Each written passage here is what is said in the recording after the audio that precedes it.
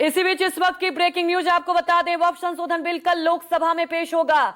तो फिर 12 बजे बिल पेश होगा और आपको बता दें कि यह तय किया गया है कि चर्चा के लिए 8 घंटे का वक्त दिया जाएगा। सरकार बिल पर ईमानदारी से चर्चा चाहती है। ये किरण रिजिजू की तरफ से कहा गया है कि इस बिल को लेकर चर्चा भी होगी। कल 8 घंटे का वक्त दिया गया है, इस बिल पर चर्चा होगी। लेकिन सवाल ये उठता है कि इस बिल को लेकर जिस तरह से सियासत हो रही है, विपक्षी दल विरोध कर रहे हैं, क्या एनडीए में ही पूरा समर्थन मिलेगा? इसे लेकर कल देखने वाली बात होगी। लेकिन आपको बता दें कि कल लोकसभा में 12 बजे वक्फ बिल संशोधन पेश किया जाएगा। मीटिंग हुआ और उसमें हमने गवर्नमेंट की तरफ से एक पक्ष रखा कि हम वक्फ अमेंडमेंट बिल में विस्तृत रूप से चर्चा करना चाहते हैं और बिजनेस एडवाइजरी कमेटी इसमें तय करे। तो बिजनेस एडवाइजरी कमेटी में कुछ पार्टीज का मत था 6 घंटे डिस्कस होना चाहिए, कुछ का मत था 4 घंटे और ज़्यादातर अपोजिशन पार्टी के लोग 12 घंटे का मांग किया।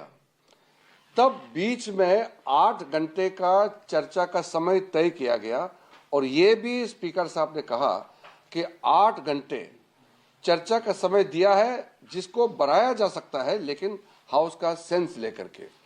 चर्चा तो हमेशा ऐसे होते हैं जब आप टाइम तय करते हैं तो अगर हाउस को लगे कि डिस्कशन का समय को बढ़ाना चाहिए तो समय को बढ़ाया जाता है, एक्सटेंड किया जा सकता है। लेकिन अगर बहाना बना करके अब चर्चा में हिस्सा नहीं लेना चाहता है और बहाना बना करके वॉकआउट करने का कोई कदम उठाते हैं तो मैं रोक नहीं सकता हूं उसको। हम तो चर्चा चाहते हैं और जेपीसी ने व्यापक रूप से इस बिल का स्क्रूटिनाइज किया, चर्चा किया और पार्लियामेंट में फिर से टेबल किया रिपोर्ट को।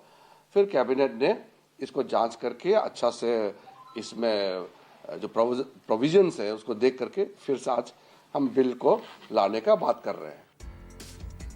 तो तमाम जानकारी के साथ हमारे सहयोगी दिल्ली से कुमार गौरव और पटना से हमारे सहयोगी अमिताभ ओझा हमारे साथ लाइव जुड़ चुके हैं। कुमार गौरव, कल सरकार के लिए कह सकते हैं कि एक बड़ी परीक्षा, जानना ये चाहेंगे, ठीक है चर्चा के लिए भी बात कही गई है कि हम चाहते हैं कि इस बिल पर चर्चा हो, कितनी बड़ी चुनौती है इस बिल को पेश करना?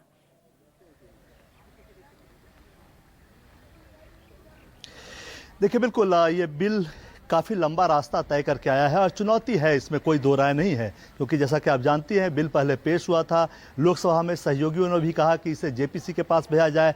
जेपीसी का गठन हुआ, उसके बाद जेपीसी ने लगभग 108 से 110 घंटे की बैठक की, 10-12 राज्यों का दौरा किया, 100 से ज़्यादा स्टेक होल्डर्स से मिले। बैठक जो है जेपीसी की वो भी 1 दर्जन से ज़्यादा बार हुई। तो कुल मिलाकर उसमें भी कई बार विरोध दर्ज कराया विपक्ष के सांसदों ने। हालांकि उसके बाद अब रिपोर्ट पेश की गई, जेपीसी की रिपोर्ट आई। उसके बाद 44 संशोधन 2013 और 1995 का जो कानून था उसमें सरकार ने 44 संशोधन लाए थे जब प्रथम शुरुआत में इस बिल को लेकर सरकार आई थी। उसके बाद जेपीसी में गए तमाम सहयोगियों का जो कंसर्न था, चूंकि इसी एनडीए में चंद्रबाबू नायडू भी हैं और बिहार के मुख्यमंत्री नीतीश कुमार भी हैं, जिनका सेकुलर क्रेडेंशियल्स उनकी राजनीति के लिए काफ़ी जरूरी है, उस तरह की राजनीति उनको सूट करती है, तो उनको भी साधना था। लिहाजा 14 संशोधन इसमें किए गए और प्रयास किया गया कि जो तमाम सहयोगी एनडीए में इस वक्त हैं वो इस बिल का सहयोग करे, समर्थन करे और इसलिए उसमें बदलाव की जरूरत थी। तो वो तमाम बदलाव किए गए और अब सरकार को उम्मीद है कि पूरी तरह से पूरी एनडीए 293 की जो संख्या है एनडीए की लोकसभा में, वो पूरा का पूरा एनडीए ऑन बोर्ड होगा। सूत्र ये बताते हैं कि सभी से चर्चा भी कर ली गई है और अब से कुछ देर पहले संजय झा जो कि जेडीयू के राष्ट्रीय कार्यकारी अध्यक्ष हैं, उन्होंने गृह मंत्री अमित शाह से मुलाकात भी की है। संभवतः ये उसी सिलसिले में था, बोर्ड बिल जो है उसी सिलसिले में हुई है। इसके अलावा बीजेपी ने अपने सभी सांसदों के लिए 3 लाइन व्हिप भी जारी किया है कि कल उन्हें लोकसभा में सदन शुरू होने से लेकर रात आखिरी वक्त तक रहना है जब तक ये बिल पास नहीं हो जाता। इसके अलावा व्हिप्स के साथ जो संसद के अंदर बीजेपी के जो तमाम सांसद है वो कई ग्रुप्स में हैं और सबके को देखने के लिए एक सचेतक है, एक ग्रुप पे एक सचेतक हैं। उन सभी को भी के साथ भी मंत्रियों ने बैठक की है, किरण रिजिजू ने बैठक की है, उन्हें कहा है कि इस बिल पे तथ्यों को सामने रखना है, आक्रामक नहीं होना है कि जैसे हम किसी समाज पे अटैक कर रहे हों, ये मैसेज नहीं जाना चाहिए। तो सरकार की तरफ से पूरी तैयारी है। बिल ने लंबा रास्ता तय किया है, तमाम अपोजिशन के बीच अभी भी देश भर में कई जगह विरोध हो रहा है। विपक्ष ने इसे मुस्लिम के खिलाफ बताया, मुसलमानों के खिलाफ बताया और यह भी आरोप लगाया कि एनडीए सरकार, मोदी सरकार मुसलमानों के खिलाफ काम करती है। तो ये लंबा रास्ता तय करते हुए अब बिल जो है वो कल लोकसभा में पेश होगा। 8 साढ़े 8 घंटे की लगभग चर्चा है। 9 बजे के आसपास 12 बजे बिल पेश होगा, 12:15 से इस पे चर्चा की शुरुआत होगी। 8 घंटे का वैसे वक्त है, लेकिन जरूरत पड़ने पे कई बार ये थोड़ा बढ़ता भी है। तो 9 बजे का टाइम एक्सपेक्टेड है।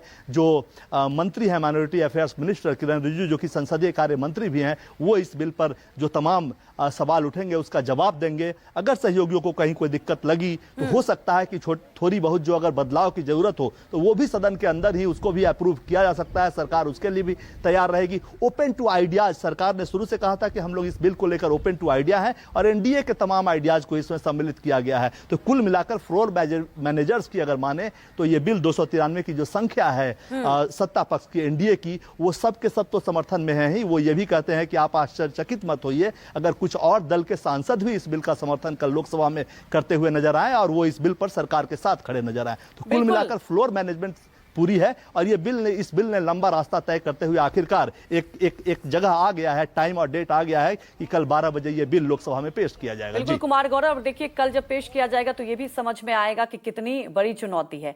हमारे साथ अमिताभ ओझा भी जुड़े हुए हैं। अमिताभ, क्या है ना कि सबसे ज्यादा निगाहें जेडीयू पर टिकी हुई है। सूत्र तो ये भी बता रहे हैं कि ठीक है, जैसा कि गौरव भी चर्चा कर रहे थे कि यहाँ पे ओपन है, हो सकता है और संशोधन हो। तो क्या अभी जेडीयू इस पूरे बिल को देखेगी, उसके बाद प्रतिक्रिया आएगी? क्या कुछ जेडीयू का रिएक्शन होगा?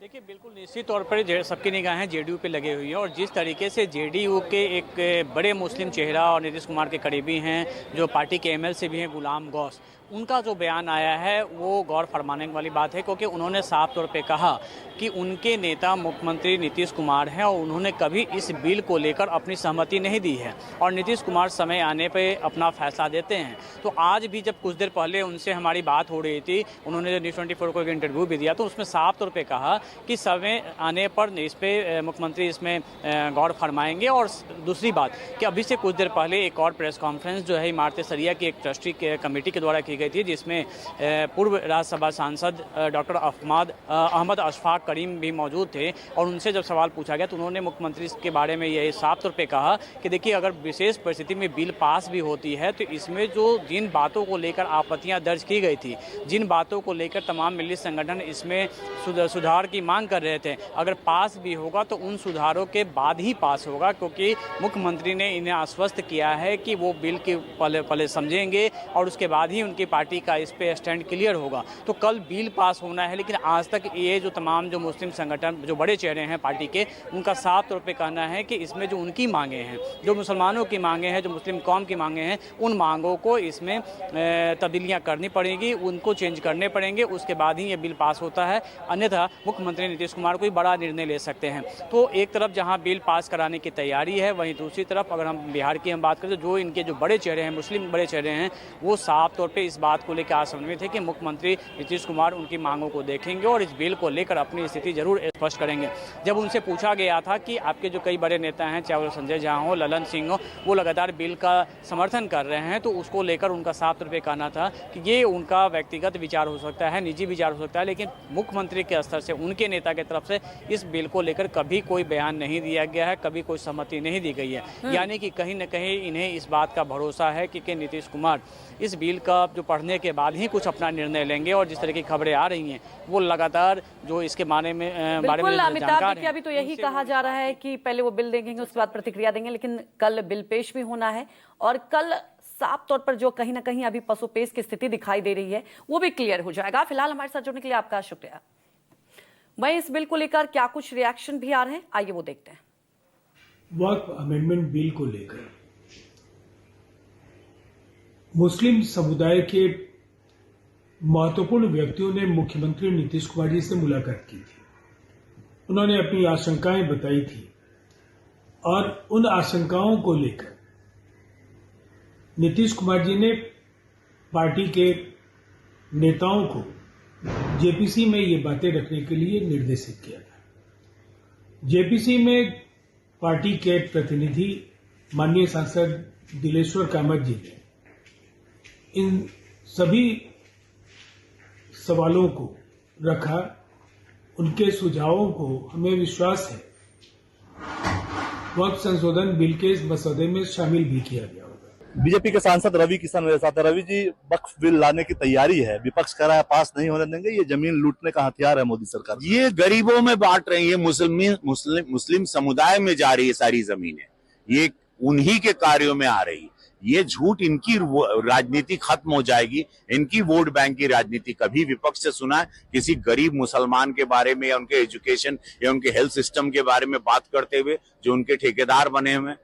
तो ये मोदी सरकार जी की जो पहल है अद्भुत है और इसके लिए पूरे मुसलमान समुदाय में खुशी की लहर है कि उनको गरीबों के लिए लाखों करोड़ की जमीन उनके काम में आएगी, उनके भविष्य के लिए आएगी। विपक्ष कह रहा है कि आप लोग बांटने के लिए ये सब कर रहे हैं कि हिंदू मुस्लिम तनाव हो जाए और वोटों में आपको फायदा हो जाए। नहीं, विपक्ष के देखा, विपक्ष का काम है बोलना, समुदाय को फायदा। प्रधानमंत्री मोदी जी हर गरीब, हर हिंदू मुसलमान सबके लाभ के लिए, हर धर्म, सिख हो ईसाई हो, सबके लिए सोचते हैं और उसी में ये पहल हो रही है। हर समुदाय के लिए सोचा जा रहा है, तो मुसलमान भी भारतवासी हैं, उनके लिए भी ये पहल बहुत सुंदर है।